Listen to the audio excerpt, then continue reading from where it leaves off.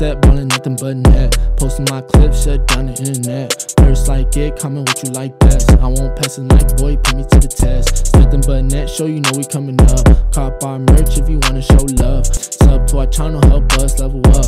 Nothing but net, show you know we coming up.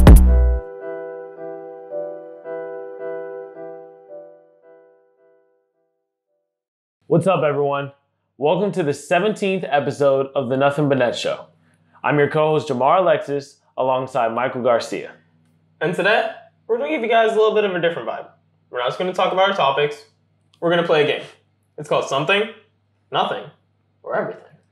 We have a ton of different topics to get into. You guys see all the social medias on the screen. Go ahead and give us a follow. If you don't already, like this video, subscribe to our channel. Let's hop right into them. Let's get it.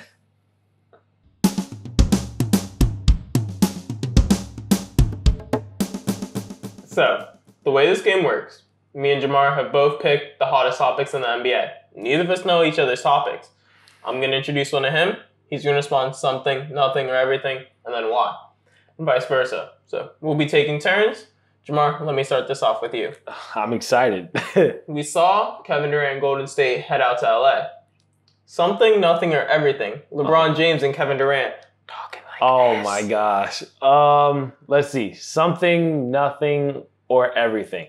I think it's something. Okay. I'll say something because at this point, I feel like they do it because they know what's going to happen. Yeah. Like, they're just trolling us. They probably text each other the night before the game. Mm-hmm. Oh, yo, like, I'm going to do this. You laugh and do something. Like, what can they really be saying like this right in the middle of a game that's going to be, like, something extravagant? But it's not nothing. Friends. It's not nothing because they're friends. Mm-hmm. Exactly. So I'll go with something. Okay. Let's see.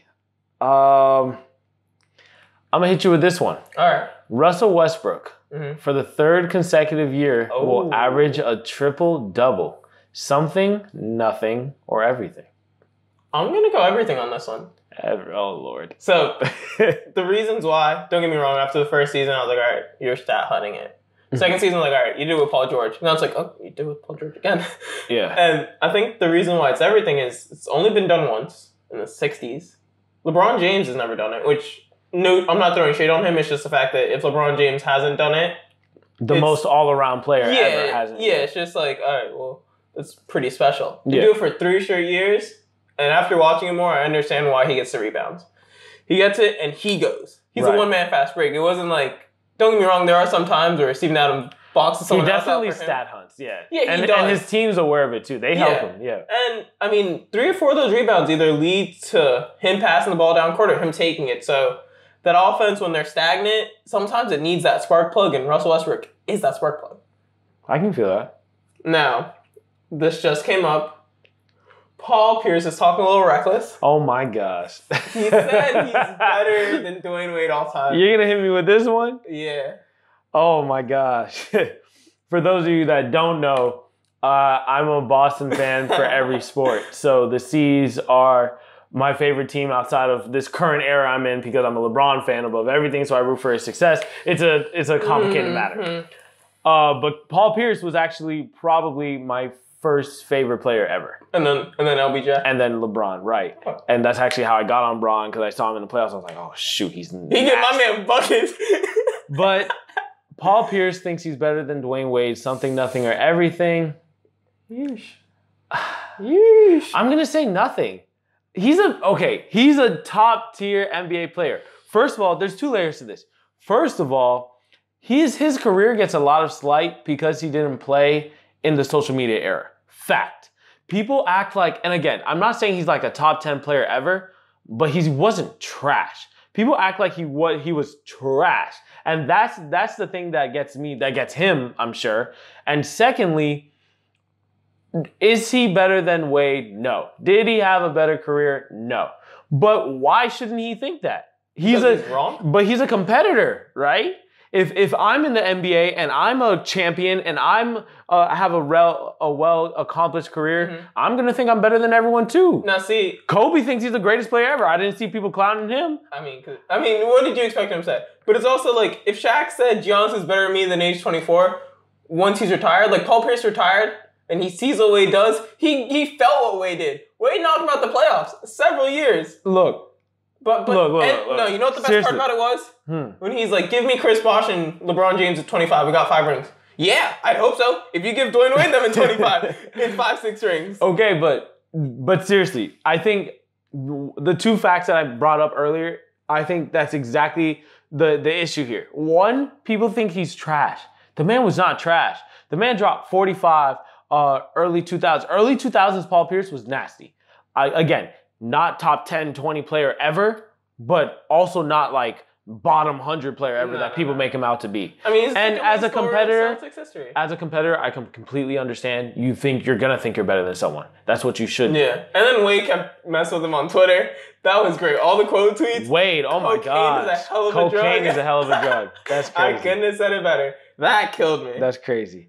Let's see. What do I want to hit you with? Let me okay. My boy, Damian Lillard, carrying the Portland Trailblazers without Nurkic, some games without CJ McCollum. They are 13-2 in their last 15 games going into the postseason. You don't even think they're going to win a series. No, they're not. Is that something, nothing, or everything? This run, is their run something, nothing, everything? I'd say it's something.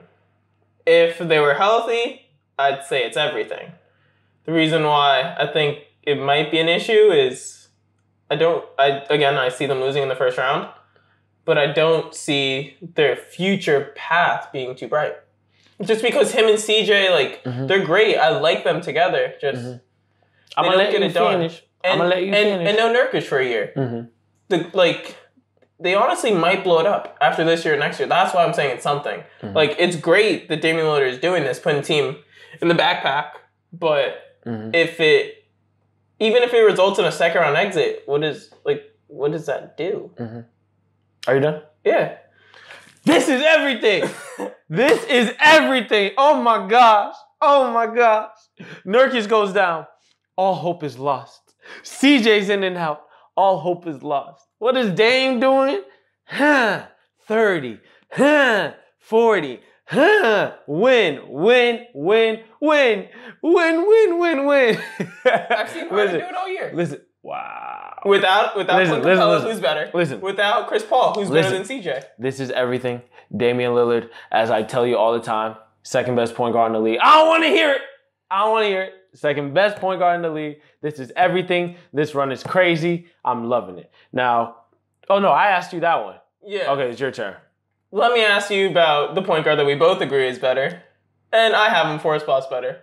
Steph Curry. 4 spots. Oh. Steph Curry finally got on the wave and threw in some contact. Oh my gosh. Steph Curry not having blurry vision. Something, nothing, or everything. America. This is nothing.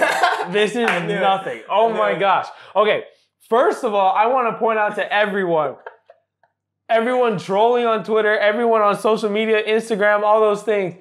Steph Curry obviously was not blind. No. He was obviously not blind. People are making out like, oh my gosh, the best shooter ever, and he couldn't even see where the rim was. There's a meme that's like, the older lady that's like this. Yeah. And then it's like, the caption is like, Steph Curry, I think that's the rim, and just shooting. Like, no, clearly he wasn't blind. Clearly he can see. Did he have slightly blurry vision or whatever his impairment was? I'm sure he did. And does he have contacts now? Great. What do we see him do?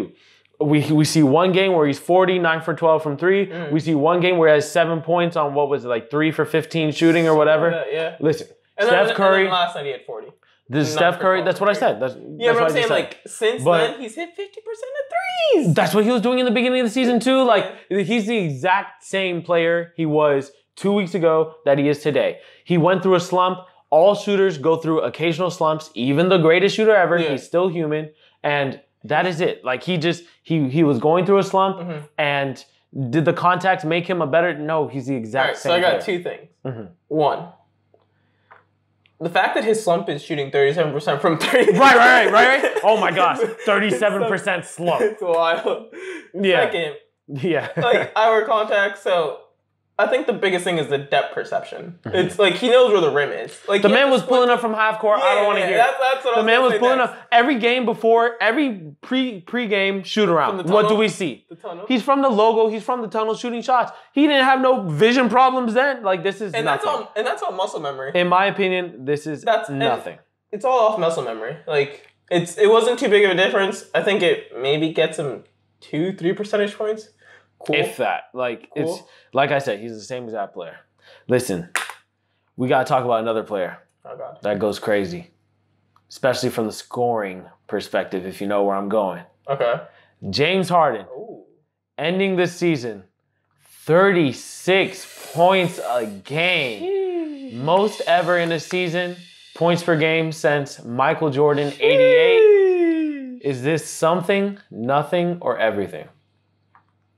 I think it's everything. Yeah. All right. So. All right. I got to give you respect. All right. All right. Because, you know, you're a little... 30, when it comes... 36. Oh, that's crazy. I mean, I don't care how you break it down. I'm going to be honest with you guys. I'm not the biggest fan of watching him. It gets boring sometimes. That's why I had to give him his respect. Because he said it's everything. Sometimes does like... But I don't care how you play. That's crazy. 36 a night against NBA teams. That's 36. Mind you, again, as we said earlier, Clint Capella's missing games, Chris Paul's missing games. So it wasn't, and the biggest thing is that he's backpacking. Yeah. He's carrying that team. Like when they got Austin Rivers, it was like, oh my God, someone else who can dribble. They should not be that good. No. They should not be that good. And that's why I don't have an issue with it. It'd be different if they're healthy all year, like last year, and he's just going out like, no, I want back-to-back MVPs. I'm gonna drop 40. Chris Paul, you only lost you 7 times. Like, nah. If I'm not dropping 36, we're probably gonna get blown out. Losing. Yeah. That's the thing. And for those of you that do follow the show and track the show, you know towards the beginning of the season, I was on the same boat with Mikey. Hated watching him play. I hated the play style that he uses. So much ISO, so many free throws, whatever. But when you really watch Harden, especially from a player's perspective. When he's hot, oh my God. When he's hot, it's so much fun to watch. Not even that. Just watching him play, he is the definition of successful hero ball. Yeah. Seriously. Because it's games, they're down 9 with 4 minutes left. They should have no chance of winning. And he just goes... Lucky lefty. He goes crazy. Lucky lefty. And he's... The biggest thing with me, he's winning these games. Yeah. He's dragging that team, which should not be that good. Chris Paul's in and out all season. Mm-hmm. Different injuries throughout the roster. The roster itself isn't that good from a skill perspective. I mean, hats off to him. He's not going to win MVP. We both agree. Hey, even though he has such a... Wasn't Giannis one of my picks preseason? Him and Anyways, he's not going to win MVP. We both agree. But he honestly has such a great MVP claim. Yeah. He's the unquestionable scoring champion. And I really hope they make a playoff run. Yeah. That's the biggest thing. See, another thing is you can also look back a few years. Kobe averaged 35, but they didn't win. Exactly. It's the winning. And the fact is he's leading the league in clutch scoring. He's second to LeBron in fourth quarter scoring. Like it's been crazy to watch him this year. It is takeover season. Now, since we did touch upon who we both have winning the MVP, I thought we might as well talk about who's considered the best regular season team this year, just via wins. As it currently stands, the Bucks have 59 wins. Mm-hmm. They have 3 more games. Let's say they get to 60. They'll hit 60. Something, nothing, or everything that the Milwaukee Bucks won 60 games this year. Ooh. That's very interesting because not many teams hit 60 in the season. With that said, I'm going to go nothing. I'm going to go nothing with a conditional. Okay. It means absolutely nothing unless they go to the finals. Okay, absolutely nothing. And I don't think it's guaranteed that they go to the finals. No, definitely not. So I'm going to go with nothing simply because LeBron left the conference. Giannis is the best player in the conference. Yeah, he took the step forward. He is on the best team in the conference. Mm-hmm. And with that being said, obviously being in the Eastern Conference, you're playing Eastern Conference teams more than you're playing Western teams. So all of that factors into the record and all of that. So I'm going to say nothing unless they go to the finals. Okay. If they go to the finals, then it's something, not even everything. Okay. I'd say between something and everything. I do have a question. Mm-hmm.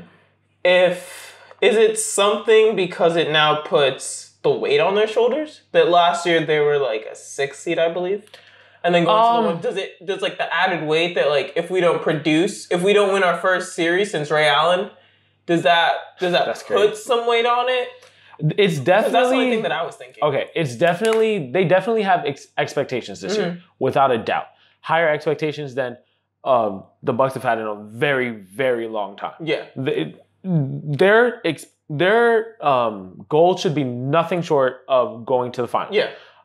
Realistically, obviously they're going to say we're going for a championship. Realistically, probably not going to happen. Making the conference final is probably a good. No, I don't think so. For them. You don't think they want to at least? They're going to be in the conference finals. They're going to be in the. Oh, if they don't make the conference finals, it's a flop. That's a whole different discussion. Yeah, if they don't make the if they don't make the conference finals, that's a flop. That's a flop of the season. Yeah.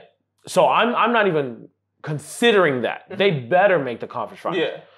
Assuming that they do, season's okay, but they number 1 team in the league record wise. Only team, I believe, top 5 offense and defense in the league. All those numbers considered, they better be in the finals. Yeah, those are all the things that we normally say about Golden State. Best record, only team here and here. It's like, okay, you guys did it regular season.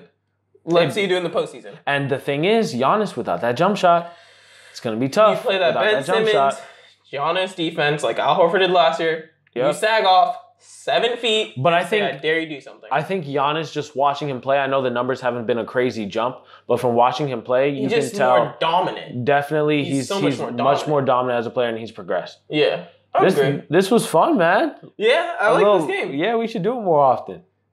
Playoff edition? Uh-oh. Instagram edition? Uh-oh. You guys gotta let us know. Might have to do it.